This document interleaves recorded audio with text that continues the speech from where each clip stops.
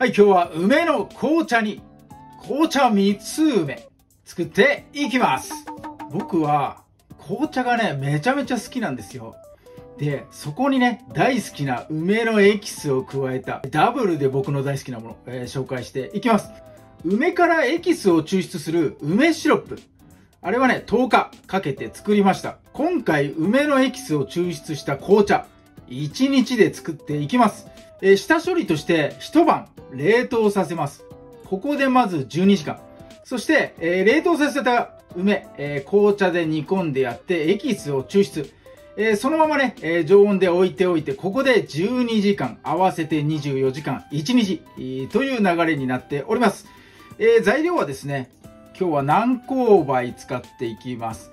300g ベースでね、やっていきます。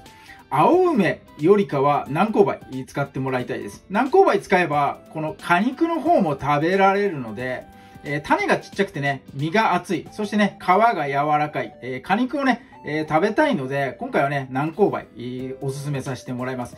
そしてさらに、黄色く熟したもの。これをね、選んでください。青いやつだと酸味が立っちゃって、えぐみとかもね、結構強いんで、紅茶に合わせるのにはね、この熟したもの、こちらがね、いいかと思います。青いものを買ってきて、自分で火を置いて熟させるのではなく、もうね、黄色くなってる状態のもの、これをね、買ってきてもらうのがいいかなと思います。南高梅 300g。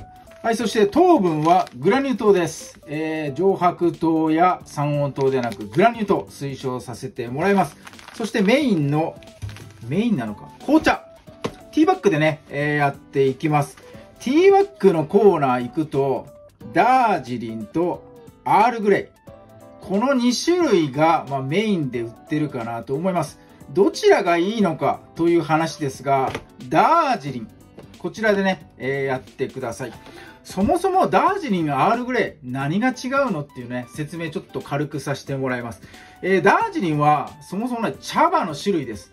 そして、アールグレイっていうのは、茶葉の種類ではなく、どんな茶葉でもいいんですが、そこにね、柑橘のこのベルガモットの香りを添加したものなのです。なので、どっちがいいっていうのをそもそも比べること自体ね、ちょっと間違ってるかなと思います。さつまいもで言えば、紅あずまと焼き芋。リンゴで言えば、富士リンゴとアップルパイみたいなね。そもそもが比べる対象じゃないんですが、なぜか隣で売っているっていうね、不思議な紅茶の売り場になっております。お好みでいいんですが、選ぶんだったら、茶葉、ダージリン、これをね、選んでください。アールグレイだと、このね、香りがついちゃってるんで、そもそもね、梅の香りつけたいんで、こっちのね、ダージリンの方がいいかなと思います。あとはね、セイロン 100% とか、その茶葉 100% のやつであれば、何でもいいかなと思います。この香りとかがね、ついてるこの種類ではなく、この銘柄、茶葉の銘柄の方、これでね、選んでもらえればいいかなと思います。今回はこれティーバッグのやつですね。ティーバッグ1つ 2g ぐらいかな。なので、3つぐらい 6g 使っていきたいと思います。はい、それではこの材料で早速作っていきます。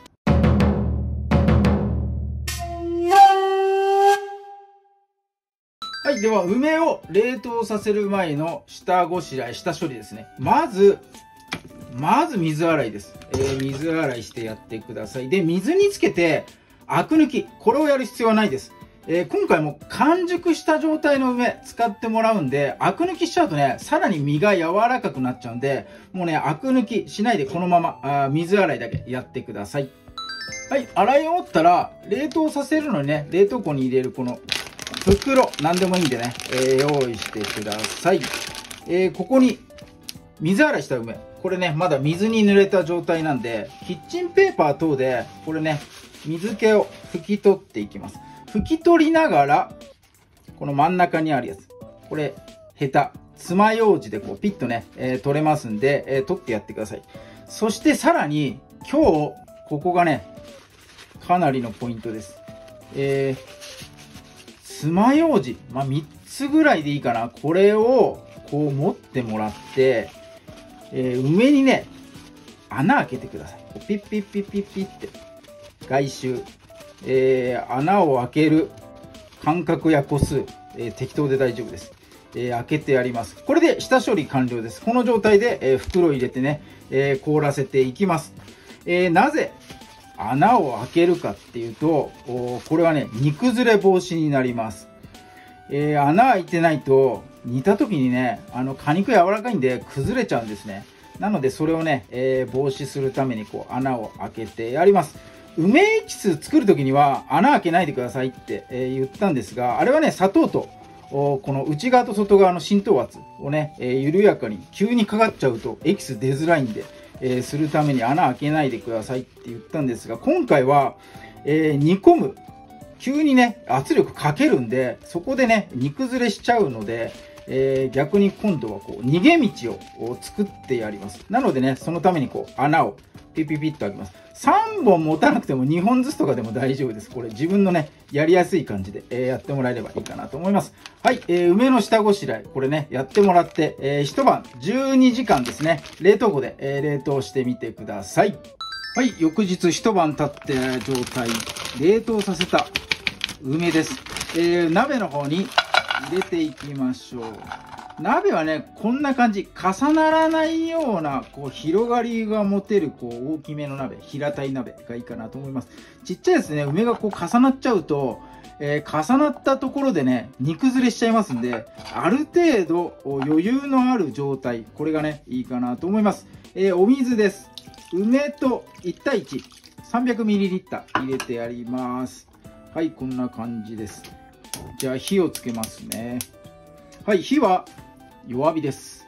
弱火じゃいつまでたっても沸騰しねえだろうと思うかもしれませんが、一気に煮ちゃうとね、これもまた煮崩れになっちゃいますんで、弱火でじっくりとね、火を入れてやります。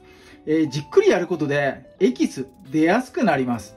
なのでね、ここは我慢してください。じっくり弱火で、やってください。冷凍された梅なんでね、余計に時間かかりますが、我慢して弱火で、抽出してもらいたいと思います。沸騰しそうになったらね、そこで時間を計ってもらって、そこから10分煮込んでもらいたいと思います。はい、ふつふつとね、沸騰してきましたんで、ここからね、時間を計って10分間煮ていきたいと思います。先ほどすいません、説明に漏れました。この段階でグラニュー糖を入れます。最初から入れちゃうと、糖分と熱のね、圧力両方かかっちゃうので、煮終わった後、加熱がね、マックス状態になった時にね、この砂糖を入れてやって、今度はね、糖分の方の圧力もね、かかるようにしてやります。この状態で10分間、煮込んでいきます。はい、10分煮詰めました。泡みたいなね、これ多分アクだと思うんですが、気になる人はね、取ってください。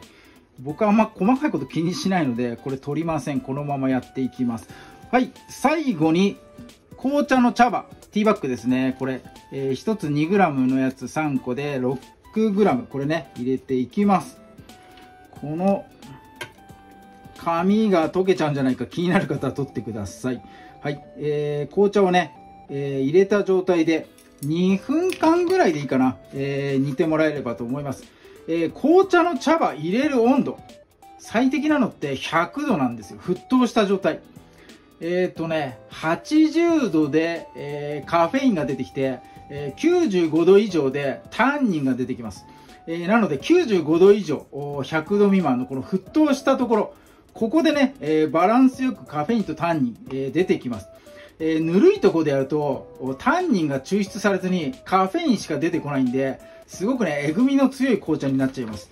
なので、この温度帯、気をつけてね、やってもらえればいいかなと思います。この沸騰したところにティーバッグを入れる。それで、2分間、煮出す。というのをね、やってみてください。はい、2分煮出しましたんで、ティーバッグの方はね、取り出してください、これ。ずっとつけといた方が、味がいっぱい出ていいんじゃないかと思う方もいらっしゃると思います。色は濃くなります。がしかし、さっきのね、温度帯のカフェインとタンニンの話、バランスが悪くなっちゃうんで、これね、だんだん冷えていくと、ずっとつけといても、味のバランス悪くなって美味しくなくなっちゃうんで、この段階でね、取ってください。そして、火を止めて、ここからね、冷ましていきます。粗熱が取れた段階で、こういったね、なんかガラス瓶のね、容器にこう、縦型のやつ、入れてもらえるといいかなと思います。こう、密閉できるやつ、ペペッとね、ガラスのやつ。これで冷やしてもらって、冷えたら食べられます。冷えていく段階でね、味、抽出されていきます。そこでね、またさらに美味しくなっていくので、冷やしてね、もらえればめちゃめちゃ美味しくなりますんで、で、この果肉の方も食べられますんで、今回南高梅使ってますんでね、なんか、アイスとかパンとかね、ジャムみたいな代わりに使ってもらってもすごく美味しいかなと思います。後ほど実食のところで、ちょっとね、いろんな食べ方してみたいなと思います。はい。じゃあ、粗熱が取れたら瓶詰めして冷やしていきます。はい。冷えたらね、瓶の方入れるんですが、注意事項として、鍋をこう、ドワーッとね、やらないでください。梅が潰れちゃったりしますんで、一個一個ね、この瓶の方に梅、丁寧に入れてやってください。そしてね、最後にこう汁を、シロップの方注いでやるのが、せっかくね、こう、今煮崩れせずに綺麗に仕上がってる状態なので、これをね、わざわざちょっとめんどくさがって潰しちゃわないように、もう、よいしょ。よし、OK。はい。こんな感じで、ここにね、シロップ、注いでいきます。はい。こんな感じですね。いいね。テカリ具合といい。めちゃくちゃうまそう。はい。冷蔵庫の方でね、保存して寝かせていきます。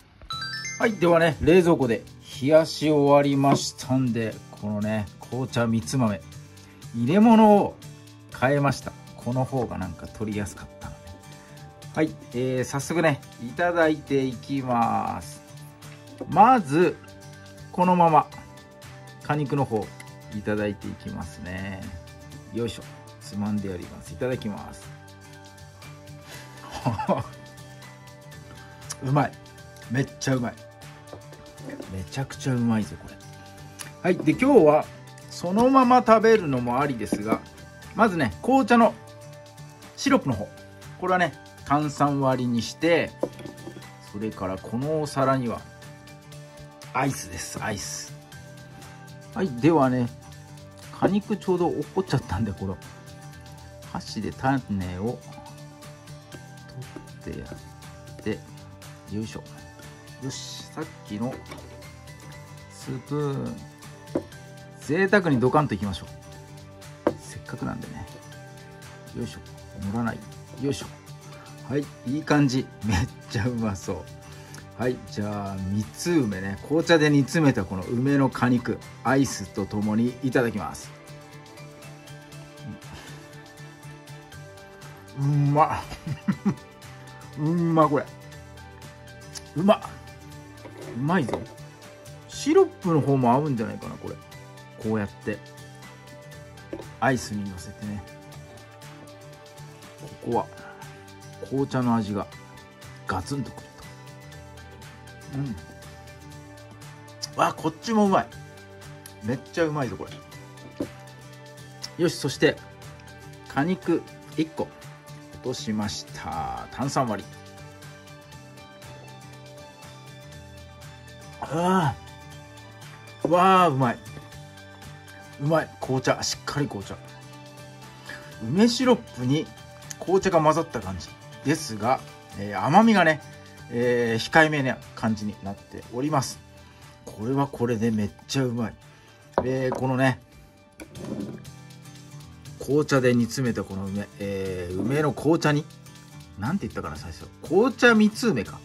というね、タイトルつけさせていただきました。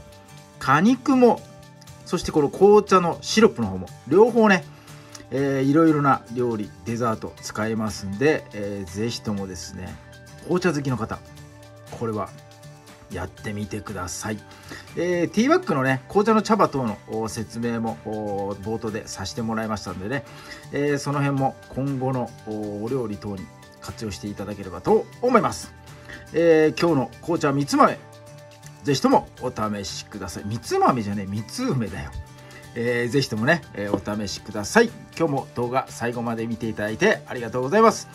いいね、グッドボタン、そしてチャンネル登録の方もぜひともよろしくお願いいたします。